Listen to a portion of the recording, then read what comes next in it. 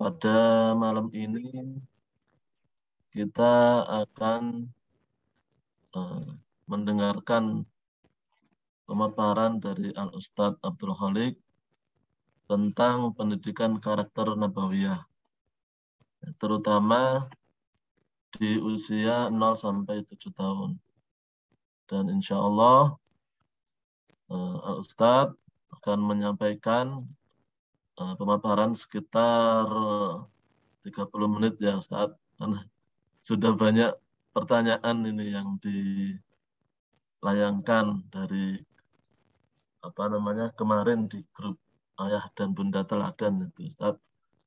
Insya Allah kemarin sudah ada beberapa video yang kita tonton di channel YouTube Ustadz terkait tentang mendidik karakter keimanan, kemudian terkait tentang egosentris, imaji positif, dan kenakalan di anak usia dini. Untuk waktu dan tempat dipersilahkan Ustaz. Tafadhol.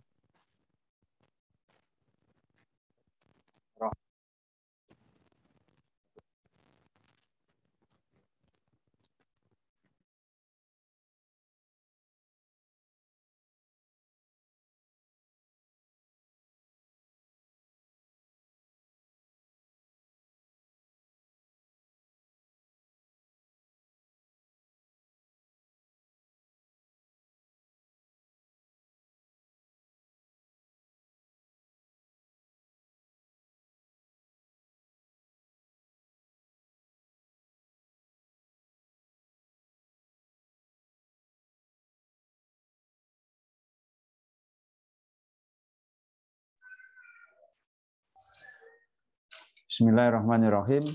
Assalamualaikum warahmatullahi wabarakatuh. Alhamdulillahirabbil alamin. Asyhadu an la ilaha illallah wahdahu la syarikalah wa asyhadu anna Muhammadan abduhu wa rasuluh. Wa sallallahu ala Muhammadi wa ala alihi wa ashabihi wa man tabi'ahum bi ihsanin ila yaumiddin. Ya ayyuhalladzina amanu taqullaha haqqa tuqatih wa la tamutunna illa wa antum muslimun. Allahumma alimna ma yanfa'una wa anfa'na bima 'allamtana wa zidna ilma wa aslih lana sa'nana kullah wa la takilna ila anfusina tarfata 'ain. Rabbi zidna ilma warzuqna fahma.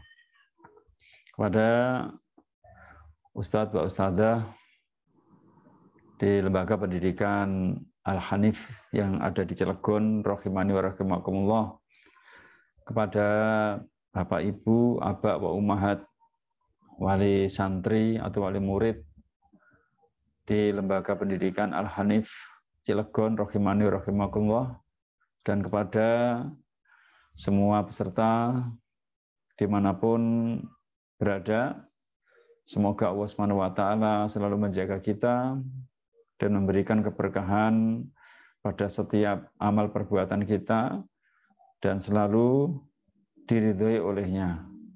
Kesempatan kali ini kita diberi nikmat oleh Allah SWT yang kita syukuri, yaitu diberi sehat dan waktu luang untuk belajar bersama tentang pendidikan anak. Ya, insya Allah kesempatan kali ini kita akan membahas tentang pendidikan anak usia 0 sampai 7 tahun. Ya, 0 sampai 7 tahun. Sebelum kita membahas lebih detail tentang pendidikan usia 0 sampai 7 tahun, marilah kita ulas sejenak ya tentang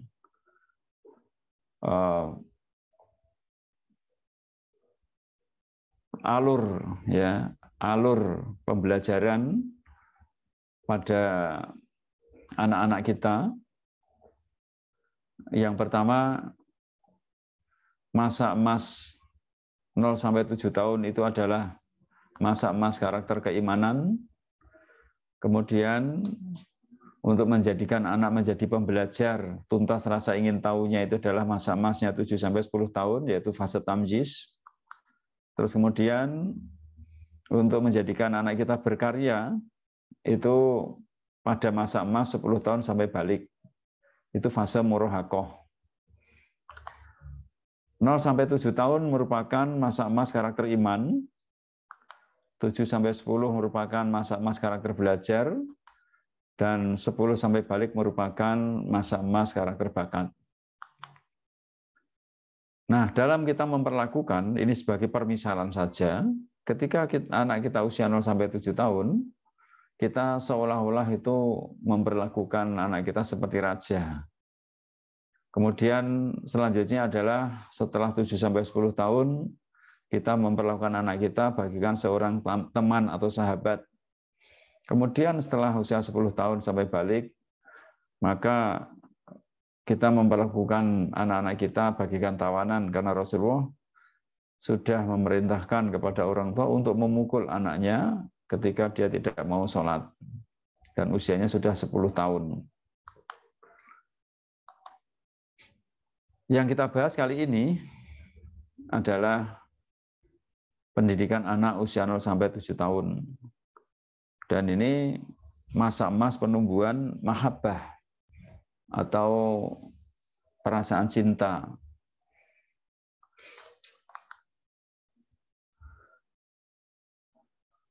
Nol sampai 7 tahun ini merupakan masa emas dari karakter keimanan.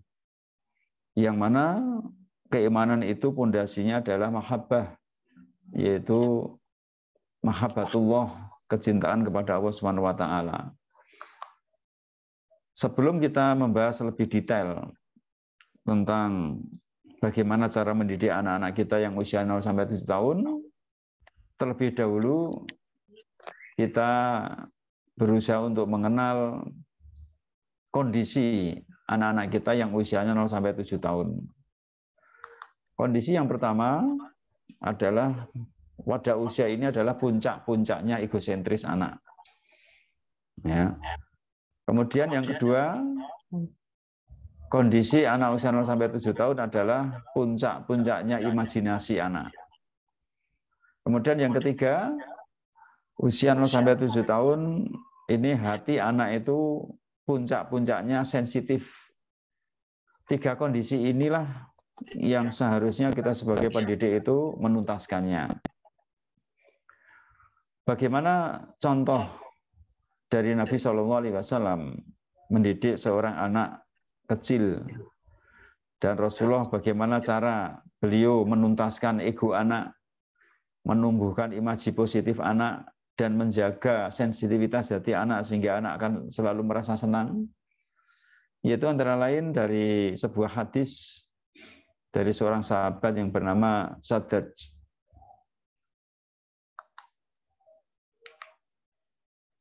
Suatu ketika Nabi SAW mengajak salah seorang cucunya menuju ke masjid untuk sholat berjamaah. Kemudian beliau maju ke depan, cucu beliau diletakkan di samping beliau, kemudian beliau bertakbir, takbiratul ihram. Kemudian beliau sholat sebagaimana yang beliau sering lakukan dalam sholat, yaitu beliau membaca surat Fatihah, surat-surat dalam Al-Quran, ruku, i'tidal, dan seterusnya. Pada sholat kali ini, ada sesuatu yang berbeda kejadiannya dengan sholat-sholat yang lain, yaitu pada sholat ini ketika Rasulullah itu sujud, sujudnya itu lama sekali. Karena lamanya, maka salah seorang sahabat itu mengangkat kepalanya, dan ternyata dilihatnya cucunya tadi itu sedang nunggangi Nabi, naik kuda-kudaan, ya, naik di punggung Nabi. Ya. Kemudian sahabat tadi sujud kembali. Setelah selesai sholat, para sahabat bertanya, "Wahai Rasulullah, mengapa sujud Rasulullah itu lama sekali? Apakah terjadi sesuatu atau Rasulullah mungkin lagi baru menerima wahyu?" Apa sabda Nabi SAW untuk menjawab pertanyaan-pertanyaan sahabat tadi yang penasaran? Beliau bersabda, "Kullu dzalika lam yakun." Tidak terjadi apa-apa. Walakin nabni irtakhalani, hanya saja tadi cucuku itu nunggangi saya. Fakharitu an wajilahu. Aku tidak ingin memburu-buru dia hatta yakdhiya hajatah, sampai dia itu menunaikan hajatnya, puas bermain, turun sendiri, baru aku kemudian mengangkat kepala. Nah, ini muncul mungkin pertanyaan dalam diri kita. Apakah Rasulullah tidak mengajarkan cara sholat pada anak ini? Itulah cara Rasulullah mengajarkan sholat kepada anak tersebut. Karena waktu itu adalah ketika sedang sholat beliau. Apakah Rasulullah tidak mengajarkan adab sehingga anak tadi mengganggu, sehingga sujud Nabi sampai lama, dan makmum yang di belakang Nabi itu juga nunggu sampai lama, gara-gara ada anak tersebut yang nunggangi di punggung Nabi SAW. Itulah cara Nabi mengajarkan adab. Apakah Nabi tidak mengajarkan pengetahuan tata cara sholat yang benar? Itulah cara Nabi mengajarkan sesuai dengan usia anak tersebut. Maka kalau kita kaitkan dengan 3 kondisi anak ini, Nabi SAW itu menuntaskan ego anak. Anak tadi itu merasa bahwa dirinya lah yang paling penting. Ya, dirinya yang paling penting. Dialah pusat dari semua perhatian semua orang. Ya, sehingga dia merasa harus diistimewakan. Ini yang disebut dengan ego. Tapi kalau pada anak kecil namanya adalah egosentris. Dan ini ternyata dituntaskan oleh Nabi SAW. Dituntaskan. Ya. Sehingga Nabi itu menunggu sampai anak itu puas bermain, selesai. Kemudian turun sendiri, baru Rasulullah mengangkat kepala dari sujud. Ini ego anak betul-betul dituntaskan oleh Nabi SAW. Kemudian dengan ego ini dituntaskan, maka akan muncul imaji. Karena pada usia 0-7 tahun ini, itu puncak-puncaknya imaji. Pikiran bawah sadar anak itu terbuka lebar. Maka hal-hal yang fiktif bagi anak ini, itu adalah nyata. Ya, karena imajinasi anak usia ini adalah baru puncak-puncaknya. Ya. Dan akhirnya diharapkan muncul imajinasi positif. Imajinasi positif yang bagaimana? Karena egosentrisnya dituntaskan oleh Rasulullah SAW, maka anak tersebut dalam imajinasinya mengatakan bahwa sholat itu adalah sesuatu yang asik. Sholat itu sesuatu yang menyenangkan. Sholat itu sesuatu yang seru, yang membahagiakan. Akhirnya rasa itu melekat pada pikiran bawah sadarnya. Karena pada usia ini adalah pikiran bawah sadar terbuka lebar-lebar. Maka terbentuklah imaji positif, dan harapannya itu akan melekat pada diri anak. Ya, melekat pada diri anak. Kita sering mendengar ya sebuah pepatah, belajar di waktu kecil bagai mengukir di atas batu. Belajar setelah dewasa bagai mengukir di atas air. Ya, sehingga kalau mengukir di atas batu itu permanen, kalau mengukir di atas air ya saat itu juga akan hilang. Ya, akan hilang. Nah, yang dimaksud mengukir di atas batu itu bukan berarti anak itu dijejali dengan pengetahuan sebanyak-banyaknya, karena menganggap anak seperti kertas putih yang kosong. Ini. Jadi, anak itu sebenarnya adalah lahir kondisi fitrah, dan fitrah itu maknanya adalah lahir sudah memiliki karakter bawaan yang telah Allah berikan, ya, berupa karakter-karakter kebaikan yang condong kepada Islam. Ini. Sehingga bukan kertas putih yang kosong. Maka makna yang kita sebut tadi mengukir di atas batu ketika kecil itu ya antara lain masa emasnya adalah pembentukan imajinasi. Kita ukir imajinasi anak kita itu di batu, ibarat seperti di batu, dan imajinasi itu adalah positif. Ya. Akhirnya muncul juga imajinasi bahwa Rasulullah itu sosok pribadi yang sabar. Rasulullah itu akhlaknya menyenangkan. Ternyata orang-orang yang sholat itu baik sekali sama saya. Itu imajinasi anak seperti itu. Ya. Tapi seandainya mungkin ada seorang anak, kemudian di masjid, mungkin dia qadarullah ya, orang tuanya tidak hadir ke masjid, kemudian dia mengganggu orang sholat. Entah dia mungkin bermain-main bersama temannya, entah dia mungkin itu berteriak-teriak di masjid, kemudian dimarahi oleh jamaah. Ya. Karena anak sebelum tamyiz, dia nggak paham salah dan benar yang dia lakukan. Pokoknya dia ingin melakukan apa yang dia suka. Itu namanya egosentris. Tiba-tiba ada orang yang membentak dia, memarahi dia. Maka muncul imaji positif, imaji negatif pada dirinya bahwa ternyata masjid itu tempatnya tidak menyenangkan.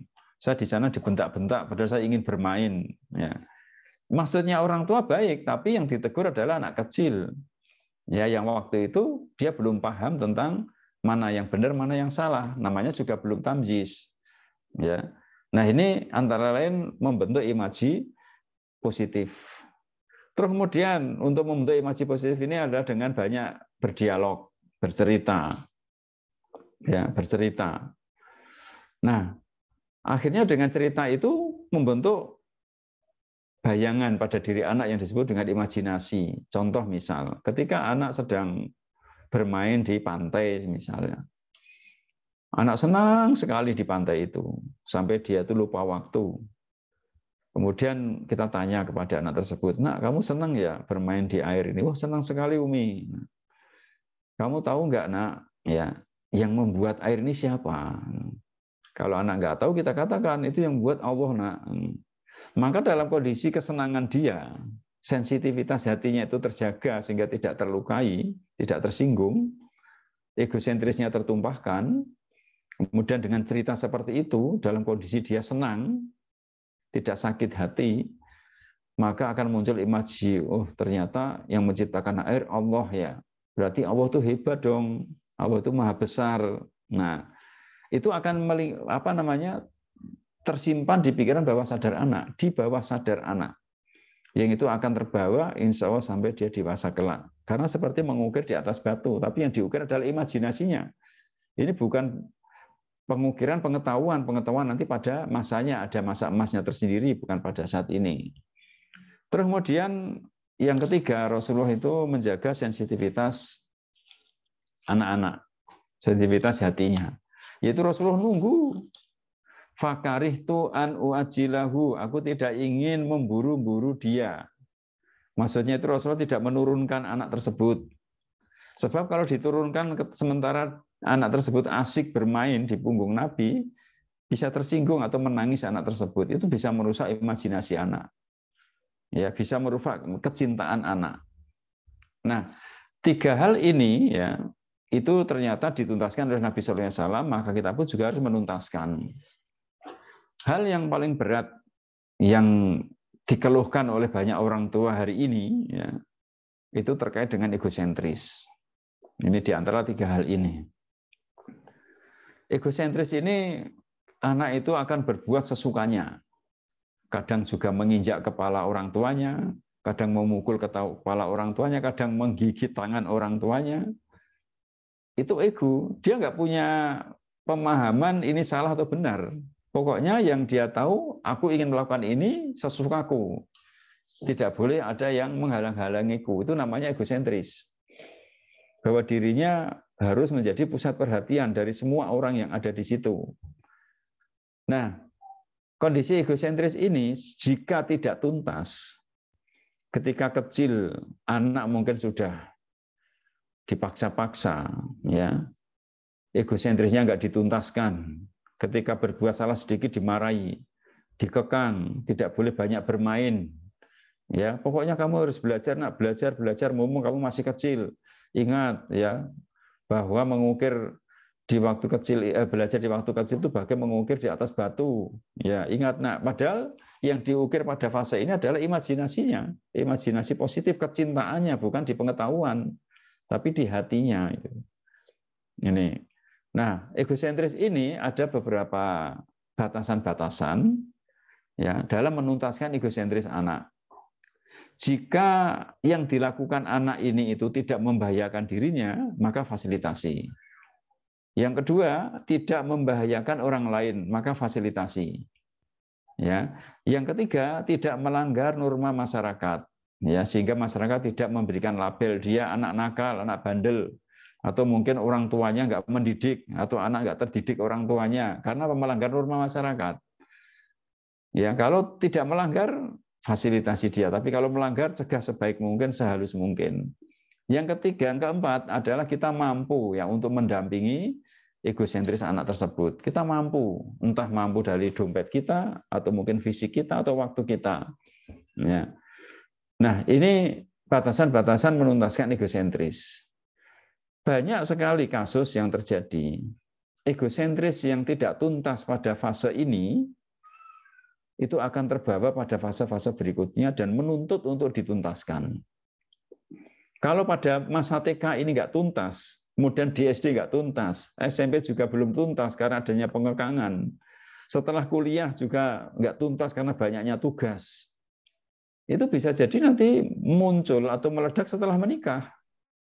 Karena ini menuntut untuk dituntaskan. Ya, kalau ini nggak tuntas maka jadilah hutang yang disebut dengan hutang pengasuhan. Ini yang harus dilunasi sampai usia berapapun. Makanya penuntasan egosentris ini sangat penting ya untuk menumbuhkan imajinasi positif pada diri anak dan menumbuhkan kecintaan anak. Ini. Nah, kalau seandainya yang menunggangi Nabi tadi yang naik di punggung Nabi itu bukan anak kecil, ya mungkin anak yang usianya sudah 18 tahun itu bisa dipukuli sahabat itu. Ya, jadi kita perlu dalam mendidik anak-anak kita itu melihat kondisi usianya. Ya, kondisi usianya. Jadi ini 3 hal ini ya yang kita tumbuhkan. Kita fasilitasi pada diri anak-anak kita. Kalau ini 3 tidak tertuntaskan, maka fitrah anak akan terluka. Dan yang nanti di belakang akan muncul masalah. Ya, di belakang akan muncul masalah. Banyak sekali masalah-masalah anak di SMA, masalah di SMK, SMP. Setelah diteliti ya dengan dialog intensif dengan anak tersebut, ya ternyata ujung-ujungnya sebabnya adalah egosentris yang tidak tuntas ketika fase TK, usia 0 sampai 7 tahun. Munculnya masalah ketika besar. Jadi pendidikan itu nggak bisa diputus-putus. Hasil dari pendidikan di TK ini mungkin bisa jadi baru kelihatan setelah SMA. Atau mungkin masalah pendidikan di TK ini, nanti masalah itu bisa muncul juga ketika mereka di SMP atau SMA. Jadi nggak bisa kemudian tersendiri-sendiri.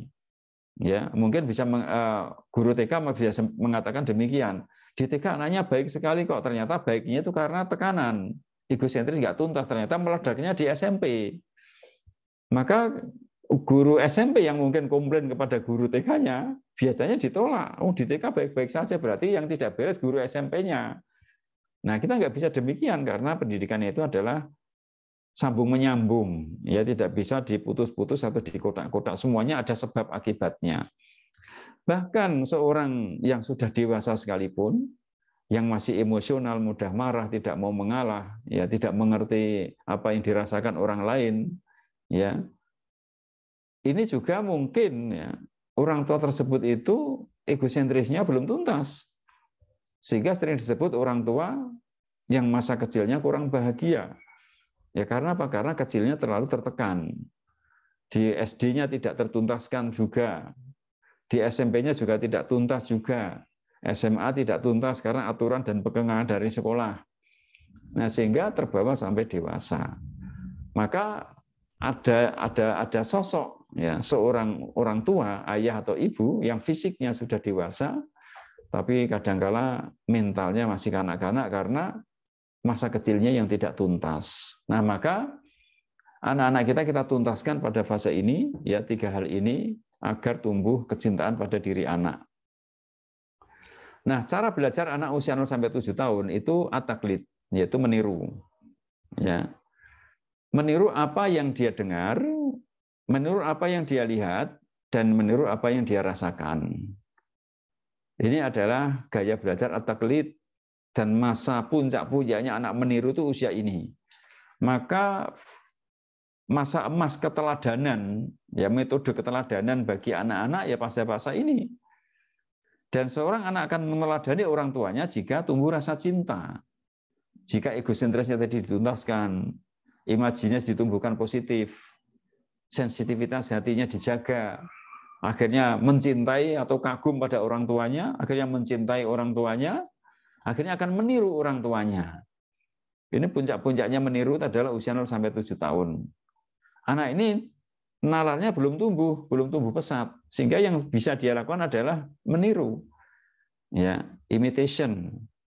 Nah, maka meniru ini, maka pendidikan 0 sampai 7 tahun itu sebenarnya bukan pengajaran yang cocok, tapi penularan. Ya, penularan.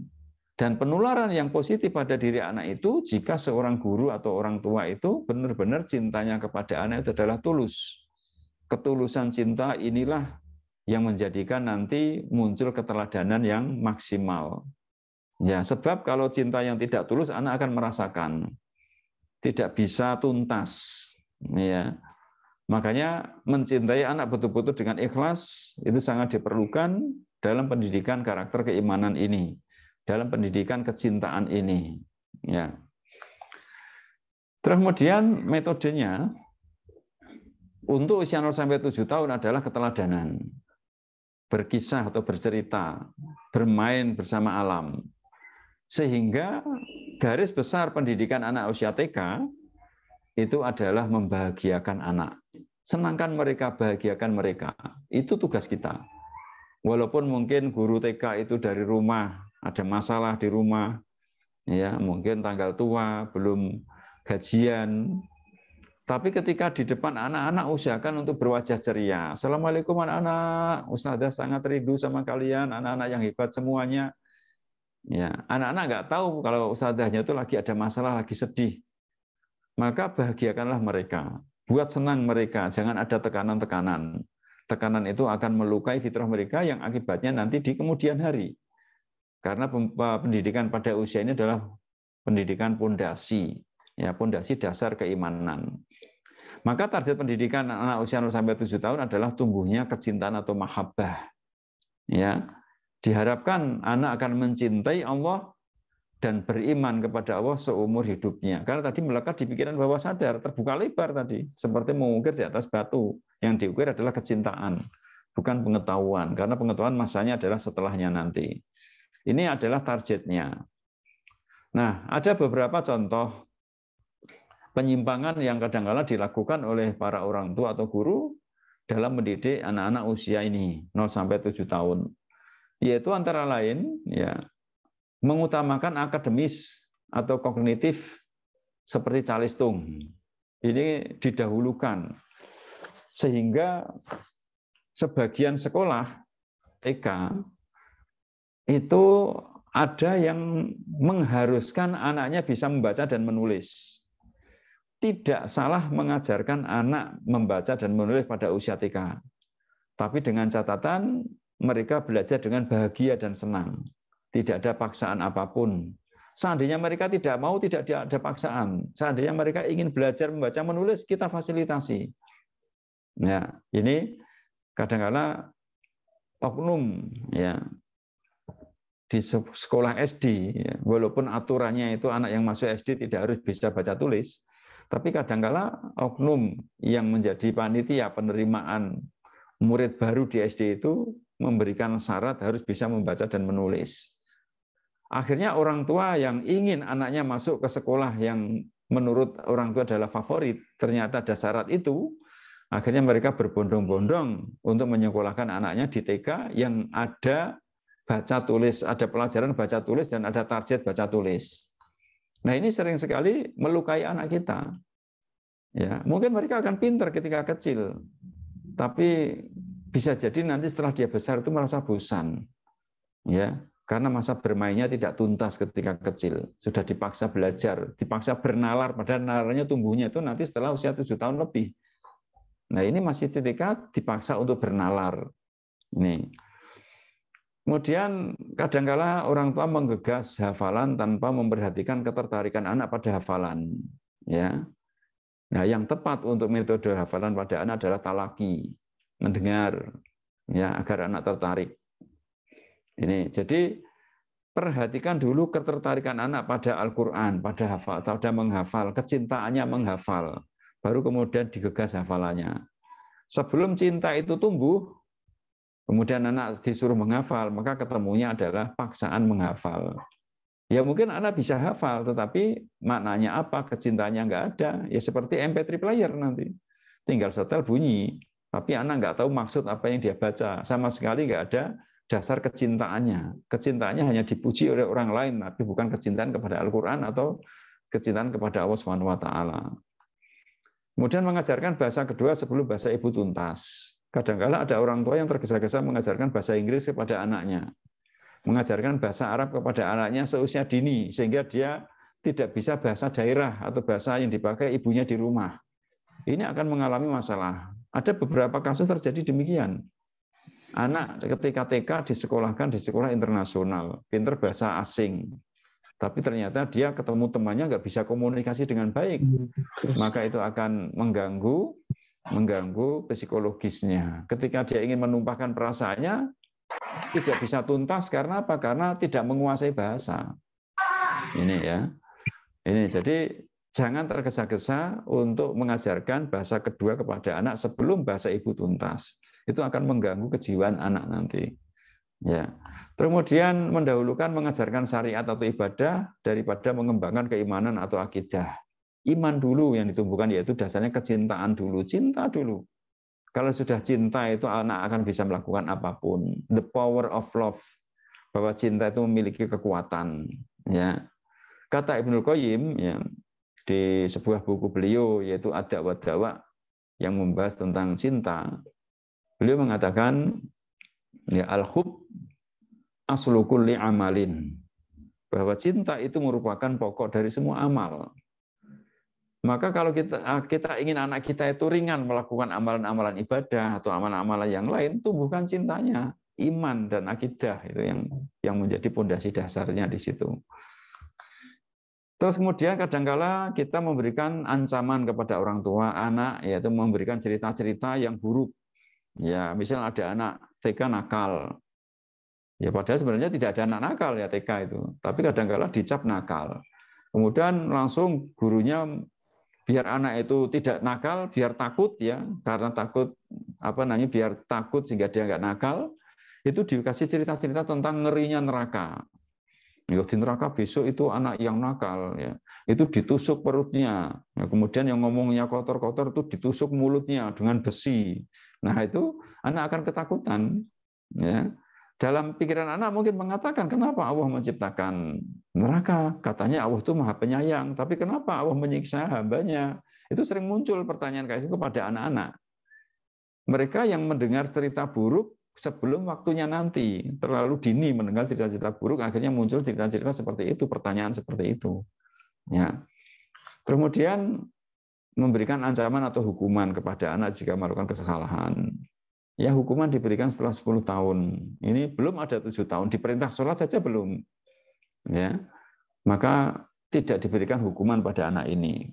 Tapi seandainya mungkin kita kesulitan menghadapi kenakalan tanda kutip ya, anak-anak yang di TK, maka setidak-tidaknya bukan hukuman tetapi konsekuensi ya.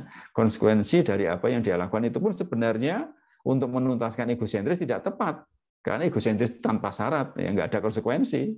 Melakukan apapun dia mungkin memecahkan gelas, misal memecahkan piring, nggak ada konsekuensi, namanya juga egosentris. Tapi kadang-kala karena di kelas itu jumlah muridnya banyak, itu anaknya orang semua bukan anaknya sendiri, kadang-kala mungkin ada anak yang bikin ulah terus sehingga kelas menjadi gaduh, maka terpaksanya kadang-kala seorang guru itu memberikan konsekuensi ya, bukan ancaman atau hukuman. Kalau ada ancaman dan hukuman itu bisa melukai hati mereka. Kemudian membandingkan anak yang satu dengan anak yang lain. Ya mereka unik berbeda-beda, jangan dibanding-bandingkan. Ya, ini. Kemudian kadang-kala kita berkata atau bersikap atau berwajah tidak ramah kepada anak. Ya, mereka paham wajah kita kayak apa, kita sebenarnya marah atau ridho. Itu mereka paham walaupun kita nggak berkata-kata, mereka hanya melihat dari wajah kita. Terus selanjutnya berobsesi menjadikan anak sesuai profesi tertentu tanpa mempertimbangkan keunikan anak. Pokoknya nak, ini ayah ibu jadi dokter, kamu harus jadi dokter kan, jadi dokter enak nak, sukses. Nah sehingga obsesi orang tua dipaksakan kepada anaknya. Belum tentu anaknya itu sama seperti karakter orang tuanya. Biarlah anak menjadi sesuai dengan karakternya, sesuai dengan bakatnya. Nah, yang penting apapun jadinya anak kita, yang penting mereka semua adalah soleh atau solehah. Kemudian ini terkait masalah boarding atau memondokkan.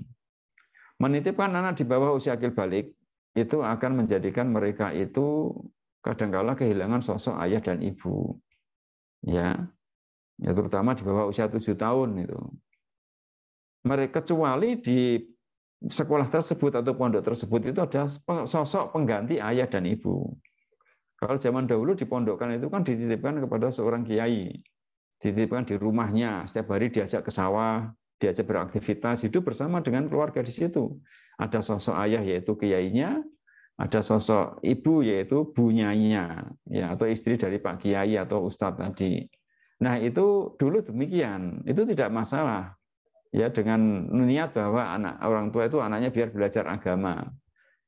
Tapi kalau kemudian di boarding tidak ada sosok dua ini, ya, sosok dua ini tidak muncul, hanya sesekali ketika ada pengajaran saja, maka ini bisa menjadikan anak terluka fitrahnya. Ya. Kemudian lagi kadang-kala kita mendidik anak-anak itu pakai metode orang dewasa. Ya. Padahal mendidik anak itu beda dengan mendidik orang dewasa. Kadang-kala kita menerapkan, ya harusnya itu metode orang dewasa diterapkan kepada anak-anak. Ini juga akan melukai kecintaan anak. Ya, mahabbah anak akan terlukai. Nah, kemudian usia 0 sampai 7 itu masa-masa yang anak itu kadang-kadang tidak muncul tenangnya. Bergerak, terus bikin gaduh, terus di sekolah itu. Maka ketika kita menghadapi anak yang demikian, yang kita anggap mereka memiliki kekurangan, maka janganlah kita konsentrasi pada kekurangannya. Marilah kita konsentrasi kepada kelebihannya. Kelebihannya apa? Maka kalau kelebihan itu kita kuatkan, kekurangan itu akan tertutupi. Ini contoh-contoh ya, dan masih banyak contoh yang lain terkait dengan salah pengasuhan ya pada usia 0 sampai 7 tahun. Ini. Nah, itu mungkin yang bisa saya sampaikan ya terkait dengan fase 0 sampai 7 tahun. Dan pada fase ini sejatinya adalah fase pendidikan pondasi. Ya. Ini karena apa? Pondasi dasar dari seseorang dalam amal perbuatan itu adalah cinta. Nah, ini dibangun pada usia ini. Ya, dibangun pada usia ini. Nah, kalau ini misal terbentuk, kecintaan itu tumbuh nggak tampak dari luar. Sebagaimana kita membangun sebuah pondasi rumah. Membangun pondasi butuh biaya yang sangat besar, tenaga yang sangat luar biasa. Setelah jadi, pondasi itu ditimbun. Ya, tidak tampak. Kemudian didirikan di atas pondasi itu tiang, tembok, aksesoris jendela, pintu, sampai kepada atap. Nah, setelah rumah jadi tidak pernah namanya pondasi itu dipuji. Yang dipuji itu adalah yang tampak, bisa temboknya, bisa atapnya, bisa kusen jendela atau pintunya, atau daun jendela atau daun pintu. Tidak dipuji pondasinya, maka mendidik pada usia ini, kalau kita berharap pujian banyak orang dari hasil pendidikan ini, maka kita akan mengalami tekanan dalam mendidik mereka.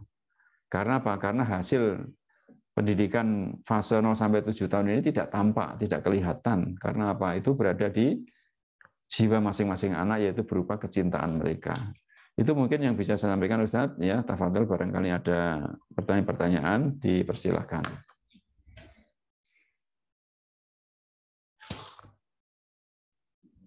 Jazakallah khairan Ustaz atas yang disampaikan.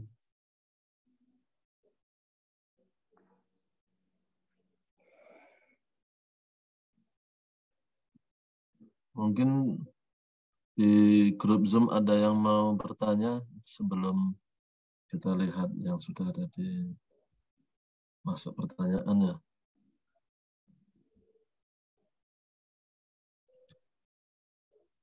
Mungkin kita mulai satu pertanyaan Ustaz ya, yang sudah masuk ya. Ya, tafadhol. Yang pertama ini Ustaz, anak umur 6 tahun suka menjahili adik dan anak-anak umur di bawahnya. Seperti bagaimana cara mengatasinya supaya bisa ditinggalkan sifat tersebut. Usia 0 sampai 7 tahun tadi sudah disebutkan ya, antara lain salah satu kondisinya adalah puncak-puncaknya egosentris anak. Ya. Maka dari egosentris ini itu akan melahirkan beberapa sifat pada diri anak. Yaitu yang pertama, rasa cemburu. Rasa cemburu ini muncul pada diri anak karena anak merasa dirinya yang lebih penting, lebih berhak. Lah kok ada orang lain yang mendapatkan seperti yang dia inginkan, maka dia cemburu. Nah, antara lain ini sering terjadi pada anak-anak ketika ada kehadiran adiknya. Ya, ketika adiknya lahir, otomatis perhatian dari ibunya atau orang tuanya itu lebih terkonsentrasi kepada adiknya. Nah, ketika anak usia 6 tahun ini egosentrisnya belum tuntas, maka muncullah cemburu. Ya, kecemburuan ini akhirnya dia sering kadang usil, yang mencubit adiknya, kadang memukul adiknya. Karena apa? Karena cemburu itu tadi. Nah, ini adalah sebenarnya hal yang sangat normal pada diri anak. Ya, karena memang fase ini adalah puncak-puncaknya egosentris dan mereka ingin masing-masing itu dispesialkan. Nah, bagaimana cara kita menyikapi hal ini? Ya, sebenarnya Rasulullah SAW itu sudah jauh-jauh hari yang waktu dulu ya ada seorang sahabat yang memberikan hadiah kepada salah seorang anaknya, sedangkan anak yang lain itu tidak diberi. Dan itu ternyata ditegur oleh Rasulullah SAW. Singkat ceritanya, ya kalau anak itu diberi satu, ya semua diberi. Ya kalau tidak diberi satu, ya semuanya tidak diberi. Nah, ini kenapa? Karena antara lain ini bisa memunculkan cemburu di antara anak ini. Dalam pemberian ini bukan hanya sekedar materi, ya mungkin sepatu, HP, tas, uang, makanan, bukan itu saja. Pemberian ini pun kadang-kala pujian, perhatian, ciuman orang tua kepada anaknya. Itu kalau tampak dilihat oleh anak yang lain, itu harus adil kita. Ya, jadi contoh misal, ketika kita menggendong adiknya yang masih kecil, kita cium keningnya, kemudian kakaknya melihat, maka kita berusaha bagaimana juga mencium kening kakaknya. Ini. Jadi kalau dikasih ciuman kening satu, yang lain harus dikasih. Itu kalau kita kembalikan kepada petunjuk Nabi. Kemudian kadangkala ibunya memuji-muji ya adiknya yang kecil, walaupun itu adiknya nggak paham, tapi kadangkala dengan kata-kata yang membanggakan adiknya. Ketika kakaknya melihat, kita pun juga harus membanggakan kakaknya. Ya, apa yang bisa dibanggakan pada kakaknya kita sampaikan. Nah, itu nanti kalau ketika mereka bersama itu kita tanpa adil, maka sifat cemburu ini akan menghilang atau tidak muncul pada diri anak. Ini. Tapi untuk bisa adil seperti itu bukan merupakan hal yang mudah seperti membalik telapak tangan. Itu sulit sekali. Maka bisa ada metode lain ya, yang apabila dengan cara tadi kita agak kesulitan, ketika mereka sendirian, jadikan mereka merasa jadi anak emas. Contoh misal ketika sendirian dengan kakaknya, maka kita bisa mengatakan, Kak, ayah ingin bicara. Sebenarnya anaknya ayah yang paling ayah sayang itu kamu kakak, kamu anaknya pinter hebat. Nah itu menjadikan anak itu merasa dianakmaskan itu bisa mengurangi rasa cemburu. Ya namanya sibling rivalry ya kalau dalam bahasa psikologinya seperti itu, kecemburuan. Yaitu dijadikan spesial ketika sendirian. Maka dia merasa aku ternyata dispesialkan oleh ayahku. Nah, nanti mungkin ketika adiknya sudah bisa bernalar, ya bilang sama adiknya juga begitu sama. Adik, sini ayah ingin bicara. Ya sebenarnya anaknya ayah yang paling ayah sayang itu adalah kamu, nak. Nah, akhirnya masing-masing merasa menjadi anak emas. Nah, ini ya bisa mengurangi rasa cemburu. Itu dua hal yang bisa kita lakukan ya untuk mengatasi hal ini. Yang pertama, ketika mereka berkumpul, kita memberikan salah satu kepada satu anak, maka yang lain harus diberi. Walaupun itu adalah berupa pujian, ya, ciuman, pelukan, gendongan, gitu ya. Itu. Maka ketika kakaknya ada di situ, perhatian kita kepada adiknya jangan ditambak-tambakkan. Walaupun kita dalam hati mungkin bangga dengan adiknya, tapi jangan ditambak-tambakkan. Kecuali kakaknya nggak ada, kita mau bilang apa saja itu tidak mempengaruhinya. Kemudian yang kedua tadi, jadikan masing-masing anak itu ketika ketemu secara personal itu menjadi anak emas. Itu antara lain cara mengatasinya demikian ya. Mudah-mudahan bermanfaat. Wallahu a'lam.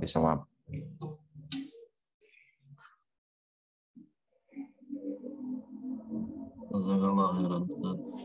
Ya. Untuk pertanyaan kedua, Ustaz, bagaimana cara menyelesaikan egosentris yang belum tuntas, Ustaz? Pertanyaan di chat Zoom, Ustaz. Ya. Egosentris yang belum tuntas itu akan menjadi hutang pengasuhan pada fase setelahnya. Ya, pada fase setelahnya. Bagaimana menuntaskannya? Ya. Kalau ternyata ego ini belum tuntas dan usia anak sudah lewat masa emasnya. Contoh misal usia SMA itu, usia 17 tahun. Ternyata egosentrisnya belum tuntas. Ya, buktinya apa? Dia masih seperti anak-anak, menang-menang sendiri, ya. Tidak peduli dengan orang lain, itu egosentris itu. Yang harusnya di SMA itu sudah tidak demikian. Itu terjadi di TK harusnya. Tapi karena TK nggak tuntas, akhirnya terbawa sampai SMA. Caranya bagaimana? Yaitu caranya ya tadi, sebagaimana menuntaskan kepada anak kecil. Hanya saja kalau anak itu sudah balik, maka perintah untuk ibadah sholat itu harus kita perintahkan kepada mereka untuk melaksanakan. Karena mereka sudah mukallaf. Ya, tapi kalau anak kecil seperti Nabi tadi, yang cucunya tadi naik di punggung Nabi, itu tidak disuruh sholat karena belum balik. Tamyiz saja belum. Ya, sedangkan nanti kalau sudah lewat masa emasnya, usianya SMA, egosentris belum tuntas, ya caranya sama, yaitu dengan menggunakan bahasa-bahasa kasih sayang atau bahasa cinta.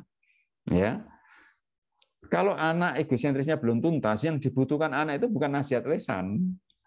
Antara lain contoh, misal kadangkala kita menasihati anak yang sudah besar tentang sholat. Kamu sudah besar kok ya, sholatnya masih disuruh-suruh, kamu itu sadar. Ya, sholat itu perintah agama, nggak sholat itu berdosa, meninggalkan sholat itu dosa besar. Kadang-kala anak kan kayak gimana itu loh, dinasihati merasa nggak butuh, nggak membutuhkan. Kadang-kala menganggap orang tua itu banyak ngomong-ngomel terus, gitu kan. Karena apa? Karena yang dibutuhkan anak itu adalah bukan sentuhan logika, tapi adalah sentuhan hati, bukan nasihat lisan, tapi sentuhan hati dengan bahasa-bahasa kasih sayang. Dipuji, ya, kemudian kadang dicium keningnya, disentuh, ya, dibersamai, diberi hadiah, dilayani. Gitu. Nah, itu bisa menjadikan anak merasa tertuntaskan egonya, ya, ketika dia sudah besar. Dan ketika kita merecovery atau menuntaskan ego ini, ada namanya fase yang merupakan efek samping dari proses perbaikan, yaitu euforia. Ya, contoh ketika saya bercerita tentang Sumamah bin Utsal yang diikat di tiang masjid, ya, harusnya itu dieksekusi, tapi ternyata Rasulullah lembut kepada Sumamah itu. Akhirnya Sumamah itu euforia, ya, ngelunjak, merasa sombong. Ya, itu sementara. Nanti juga anak kita demikian. Karena egosentris harus tertuntaskan, maka nanti tampak ada ngelunjaknya itu loh. Ngelunjak itu sebenarnya penumpahan toksin yang ada di psikologis anak. Nanti kalau sudah keluar semua toksinnya, maka fitrahnya akan tumbuh, anak mulai tenang lagi dan egosentrisnya tertuntaskan. Kalau kita nggak sabar dengan euforia itu, ya nanti sampai besar akan aja terus gitu. Makin susah untuk dinasehati karena apa? Kita nggak bisa menyentuh hatinya, kita hanya menyentuh logikanya saja, akalnya saja. Padahal anak sudah paham itu, meninggalkan sholat sudah besar itu anak paham semua insya Allah. Maka kalau kita menasihati itu, kadang-kadang mereka itu nggak begitu mendengarkan karena yang dibutuhkan adalah bukan ilmu yang mereka butuhkan, tapi adalah sentuhan hati. Ya, demikian. Wa'alam bishawab. Nah, Ustaz. Ada pertanyaan lagi, Ustaz. Ya, tafadhol, Ustaz. Pertanyaannya, Ustaz, jika anak saya sudah 6 tahun, bagaimana mengejar terlambat perkembangan seperti bermain dengan alam, cerita, dan teladan? Terutama pada bermain dengan alam. Karena anak saya perempuan, dia tipe jijian. Jijian itu, Ustaz, apa? Kalau kena tanah, kotoran atau segala-segala, bahkan yang membersihkan kotoran. Nah, bagaimana Ustadz untuk menyikapi hal ini? Apakah ini akan berdampak dengan tumbuh kembangnya ke depan? Demikian Ustadz pertanyaannya. Tapi ya tentang apa bermain bersama alam, kita jangan memanai alam itu adalah sebuah pemandangan yang indah di sawah, ya di pegunungan atau di pantai. Ya. Anak pergi ke mall, mall itu juga alam. Anak pergi ke kota, ke terminal, anak di kantor, pegang buku, itu semuanya alam. Jadi memanai alam ini jangan hanya dibatasi hanya bermain tanah, ya, kemudian bermain air, ya. Sebab ada anak yang tidak suka demikian. Mereka sukanya itu hal yang bersih, ya, baca buku. Maka nanti alamnya akan beda dengan anak yang suka bermain tanah. Bisa mengajak ke perpustakaan. Nanti mungkin dalam perjalanan pulang diboncengkan naik motor atau mobil, itu bisa bercerita melihat pemandangan, itu sudah di alam. Ya, termasuk juga mungkin ya bermain dengan alam itu tidak harus berwisata. Ya, bisa mungkin melihat got di depan rumah ada ikan-ikannya, itu juga bermain bersama alam. Berkumpul teman-temannya bermain sepak bola misal, itu juga bersama alam. Jadi alam itu luas. Ya, meliputi benda hidup dan benda mati, ya. Jadi kita jangan terbatasi makna alam itu harus tanah dan air atau tanaman, tapi bisa hal-hal yang lain. Jadi sesuaikan dengan kondisi anak. Ya, kalau dia dipaksakan harus bermain tanah, nanti malah melukai dia. Dia merasa tersakiti nanti. Justru akan membahayakan bagi anak tersebut. Ya. Kemudian apakah apabila masa bermain anak ini nggak tuntas, itu akan mempengaruhi perkembangan psikologisnya? Benar sekali. Ya. Sebab dengan anak sedikitnya atau berkurang dalam bermain ini, itu imajinasinya itu tidak bisa sempurna. Imajinasinya bahwa ternyata alam itu indah, alam itu menyenangkan. Ya, indahnya anak itu beda dengan sudut pandang orang tua. Bagi anak bermain lumpur itu indah sekali. Bagi anak bermain apa namanya itu semprotan air di depan rumah itu ya yang digunakan untuk nyuci motor, mobil, itu indah sekali bagi anak.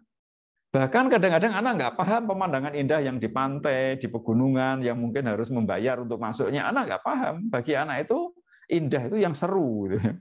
Bermain lumpur, loncat-loncat, kotor-kotor. Nah, itu indah bagi anak. Nah, makanya kita harus menyesuaikan kondisi anak bahwa jangan kita ukurannya ukuran orang tua ketika bermain bersama alam, tapi ukurannya adalah apa yang disenangi oleh anak. Saya yakin anak-anak ketika bermain lumpur, hujan-hujanan, ya kotor semua, mereka itu luar biasa senangnya, indah sekali bagi mereka, walaupun mungkin bagi orang tua sesuatu yang tidak menarik. Makanya kita belajar ya ketika mendampingi anak-anak itu berusaha untuk belajar memandang dari sudut pandang anak, ya bukan dari sudut pandang kita saja, karena anak dan kita itu sudut pandangnya berbeda. Ya demikian, wa'alam bishawab.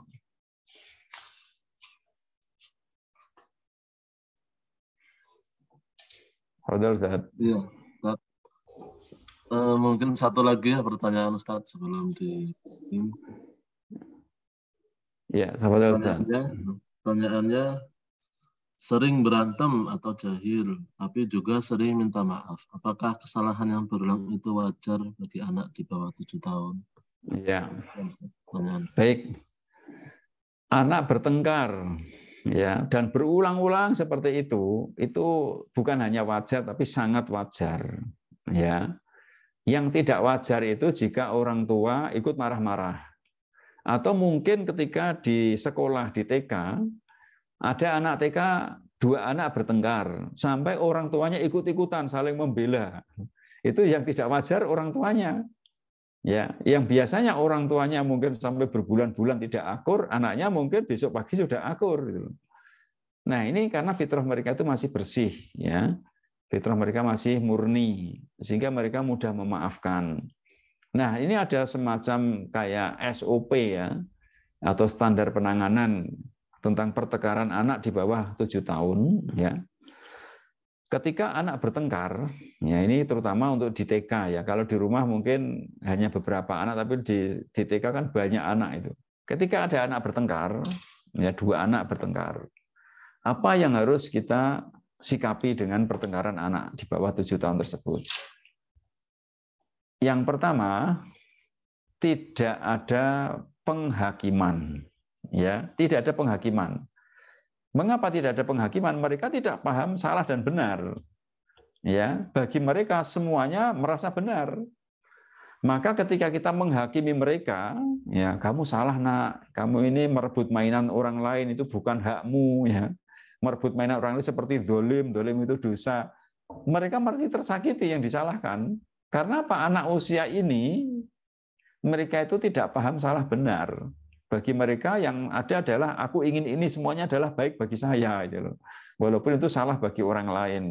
Maka tidak ada penghakiman. Kemudian yang berikutnya, yang kedua, ketika pertengkaran itu aman, mungkin dia guling-guling di karpet, ya tidak ada pemukulan, hanya dorong-dorongan atau guling-guling yang tidak membahayakan. Kita dampingi sampai tidak bahaya. Sampai dia nanti lelah selesai sendiri, insya Allah selesai. Dah selesai, nggak ada masalah. Ya. Jangan ada penghakiman, jangan kemudian kita banyak memberikan nasihat. Mereka nggak paham. Kalau perlu kasih apresiasi, Masya Allah. Ya, ternyata kalian berdua bersaudara ya, bermainnya asik sekali. Padahal mereka sebenarnya bertengkar, tetapi kita beri apresiasi. Mereka akan merasa senang sekali. Oh ternyata ustadzah atau ustadz itu sayang kepada kita, ya seperti itu. Jadi yang pertama adalah selama tidak membahayakan, ya sudah didampingi saja sampai dia selesai. Tapi kemudian yang ketiga, jika salah satu di antara mereka atau kedua-duanya itu memegang batu atau memegang kayu yang digunakan untuk memukul, atau mereka sudah mulai mencubit atau mencakar, ya atau memukul temannya, maka mulai dilerai, ya dilerai, dipisah. Kalau bisa itu yang memisah ya ada dua ustadzah, masing-masing pegang satu anak.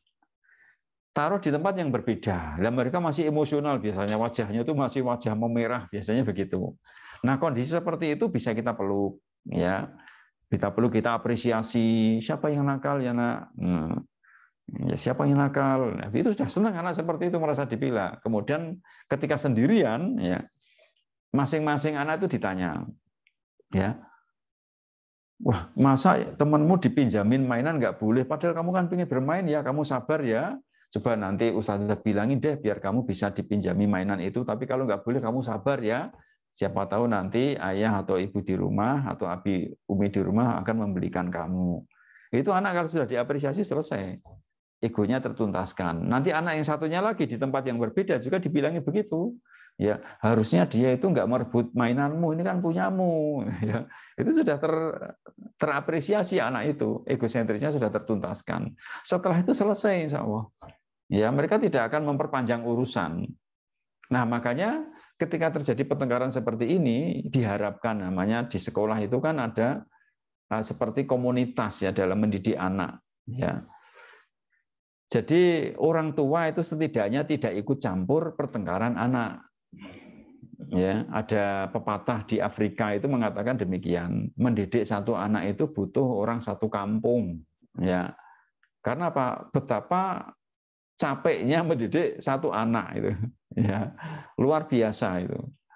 Makanya kalau kita sudah berkomunitas dalam sebuah lembaga, misalnya di Al Hanif itu, ya entah TK, entah SD atau mungkin SMP, ya ketika ada permasalahan anak, itu jangan kemudian masing-masing orang tua membela anaknya masing-masing. Oh itu anakmu, ini anakku. Tidak demikian. Kalau sudah berkomunitas seperti itu, ya semua anak kita. Mari kita selesaikan bersama-sama, bukan saling menyalah-nyalahkan itu loh. Anakmu nggak dididik itu. Oh dasar anak tidak berpendidikan. Ini orang tuanya gimana sih? Nah, tidak ada kata-kata seperti itu seharusnya, ya karena berkomunitas itu ya bersama-sama. Anakku ya anakmu, anakmu juga anakku. Sehingga ketika mereka bermasalah, mari bersama-sama diselesaikan, bukan saling menyalahkan, karena itu bersama-sama atau berkomunitas. Nah itu antara lain terkait dengan masalah pertengkaran demikian ya, wa alam bisawab. Jazakallah khairan Ustaz. Pemaparan dan tanya jawabnya mungkin bisa di closing Ustaz untuk pendidikan anak usia 0 sampai 7 tahun? Taib, ya, jadi perlu dipahami Ustadz-Ustadzah, Bapak Umat semuanya, 0 sampai 7 tahun adalah masa-masa emas. Semua hal karakter itu ada masa emas di sini. Ini adalah pembangunan pondasi, ini masa-masa terpenting dalam pendidikan anak setelah mereka lahir. Ya, maka kita perlu hati-hati dalam mendidik Isya ini. Ini puncak-puncaknya egosentris, puncaknya imajinasi, anak lagi sensitif, dan ini adalah capek-capeknya orang tua mendidik anak. Sebagaimana ibarat atau analoginya, capeknya kita membangun sebuah pondasi bangunan. Ini. Nah, pondasi ini harus kita bentuk. Jangan kita buat rapuh pondasi ini, sebab kalau pondasi ini rapuh, maka nanti akidah ibadahnya dan akhlaknya itu akan goyah juga karena pondasinya tidak kokoh. Nah, pondasi inti dari masa ini adalah sebenarnya rasa cinta. Yang menumbuhkan rasa cinta itu dengan 3 hal tadi, yaitu egosentris, imajinatif, sensitif. Itu sebenarnya intinya adalah menumbuhkan rasa kagum anak.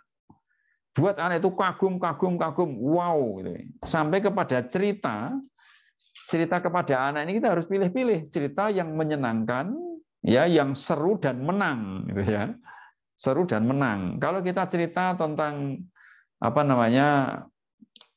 Ashabul Ukhdud, ya, orang-orang yang dicemplungkan ke bara api, kemudian yang endingnya itu nanti adalah sebuah pengorbanan, itu anak akan sedih. Nggak merasa seru, itu khawatirnya imajinasinya jadi negatif. Maka cerita-cerita yang kita berikan pada anak usia TK itu ya antara lain perang Badar. Ya, kamu tahu nggak, nak? Ya, kaum muslimin itu cuma 300 orang, musuhnya itu 1000 orang. Ya, bertemu mereka berperang. Coba kira-kira yang menang siapa? Anak pasti kan sudah mulai deg-degan itu kan. Ya karena apa? Karena idolanya jumlahnya 300. Tapi ternyata Allah itu mengutus malaikat. Ya. Dan ternyata kaum muslimin menang telak, mereka kalah karena pertolongan dari Allah Subhanahu wa taala. Maka anak akan merasa, wow, ternyata Allah luar biasa, kaum muslimin hebat. Nah, itu mungkin antara lain salah satu contoh cerita yang cocok untuk anak-anak TK. Terus contoh Nabi Nuh membelah laut, itu juga seru, endingnya menang gitu kan. Kemudian Nabi Ibrahim yang dibakar tidak hangus, malah menjadi dingin apinya, itu bagi anak seru banget. Lah nanti kalau cerita yang terkait dengan pengorbanan, zuhud, ya, itu nanti setelah mereka itu 10 tahun lebih, ya, itu baru dikenalkan dengan neraka. Mereka sudah waktunya untuk ditumbuhkan rasa khauf. Tapi kalau fase-fase ini di antara 3 rukun ibadah, ya, mahabbah, roja, dan khauf, ini adalah masa-masa penumbuhan mahabbah atau kecintaan. Maka intinya senangkan anak kita pada fase ini. Walaupun mereka belum banyak hafalan, walaupun mereka belum bisa menulis, belum bisa membaca, menghitung juga masih belum bisa, tapi target kita adalah mereka tumbuh rasa cintanya. Cinta itu tumbuh dengan apa? Pendidikan yang selalu membuat mereka kagum, dan kagum. Akhirnya tumbuhlah rasa cinta. Lah kata Syekh Sa'ad Riyad, hafidhahu, ya, di dalam sebuah kutip beliau, ya, kaifa nuhabibul Qur'ana li abnaina, ya.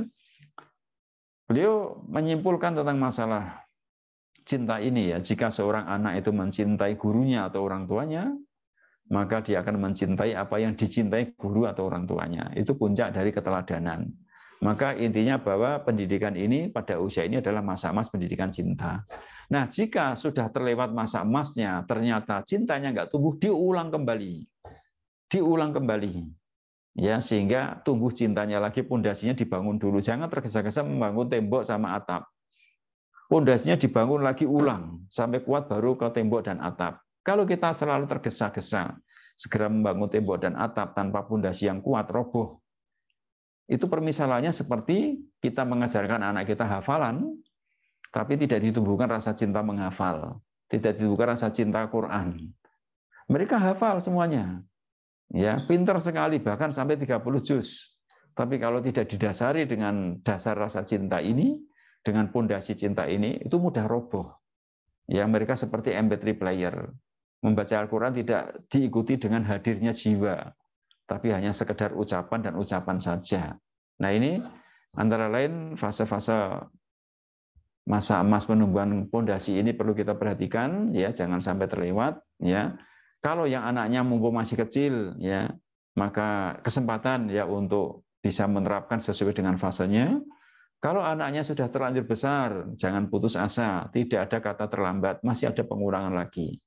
Jadi batasan-batasan 0 sampai 7 tahun, 7 sampai 10, 10 sampai balik itu sebenarnya masing-masing anak beda-beda.